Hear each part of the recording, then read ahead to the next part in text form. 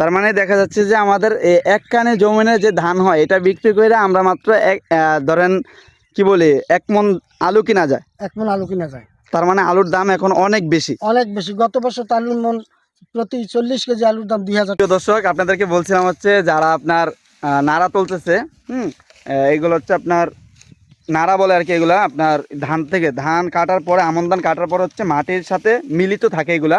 তো এগুলা কাটতেছে যারা, তাদেরকে আমি জিজ্ঞেস করব। এনারা হচ্ছে আমার সম্পর্কে নানা হয়, তো ওনাদেরকে আমি জিজ্ঞেস করবো যে এই নাড়াগুলা দিয়ে কী করবে।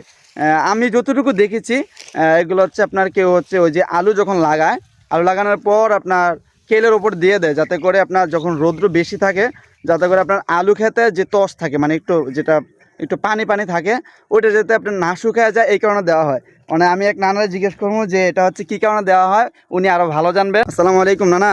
ওয়ালাইকুম সালাম নানা। ভালো আছেন নি? ইনশাআল্লাহ, আলহামদুলিল্লাহ।